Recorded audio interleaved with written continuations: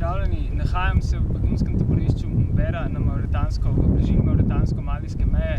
V tem prostoru okoli mene, ki dejansko ne izgleda kot begunsko taborišče, ampak kot večje naselje, se v tem trenutku nahaja nekaj manj kot 42.000 malijskih beguncev, večinoma tuaregov in arabskih plemen, ki tu živijo na strahoviti vročini v precej nemogočih pogojih, sredi puščave v Sahelu, kjer so zaloge vode iz leta v leto manjše. Treba je povedati, da tu v zadnjih 2 letih, leto 2014 in 2015, praktično ni deževalo, v teh dneh pa se nahajamo tik pred začetkom deževne dobe in ljudje tako rekoč vsak dan molijo, da bi deževalo. Res je, da je tu malce sreče, pod nami se nahaja vodni rezervat, katerega zaloge pa so omejene in le zaradi tega rezervata lahko tu ljudje dejansko preživijo. Malijski konflikt, malijska vojna, eden najbolj kompleksnih konfliktov našega časa, je praktično pozabljen, izginil je iz svetovnega medijskega zemljevida.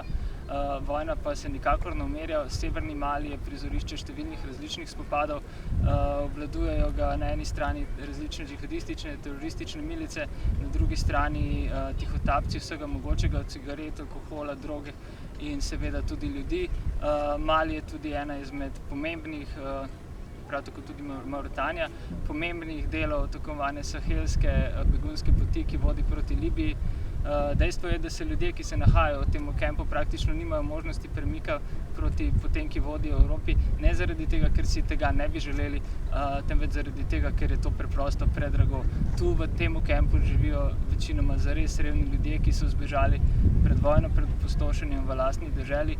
Velik del ljudi, ki se nahajajo v tem kempu, niso prvič v begunstvu, bili so v begunstvu že v začetku 90-ih let. Srečali smo nekatere ljudi, ki so bili tu že prej po 5-6 let. In dejansko, večina sem prišel v letih 2012 in 2013 drugič, so praktično v begunstvu preživeli že desetletje. Tu je govoriti o prihodnosti tako rekoč tabu. V prihodnika se ne uporablja, ljudje vejo, da je vsak dan, ki ga dobijo, nov, morda zadnji. Razmere v taborišču so sicer boljše kot v bližnji okolici, težko pa je pričakovati, da se bodo življenja vseh teh ljudi kadarkoli izboljšala. Še enkrat bi rad poudaril, vojna v Maliju je pozabljena, treba je opominjati na njo. To je vojna na nek način, v kateri sodeluje zelo intenzivno tudi Evropska unija, svojo prisotnostjo tudi Slovenska vojska, in smo praktično pozabili na tragedijo ljudi. Ponovno se ukvarjamo samo z varnostnimi vprašanji. V tem času pa je tudi zaradi nepravičnih vojn v regiji in predvsem zaradi klimatskih sprememb celotna regija Sahela eden najbolj vročih in najbolj suhih predelov na svetu, postal hkrati tudi eden najbolj nevralgičnih za svetovno prihodnost.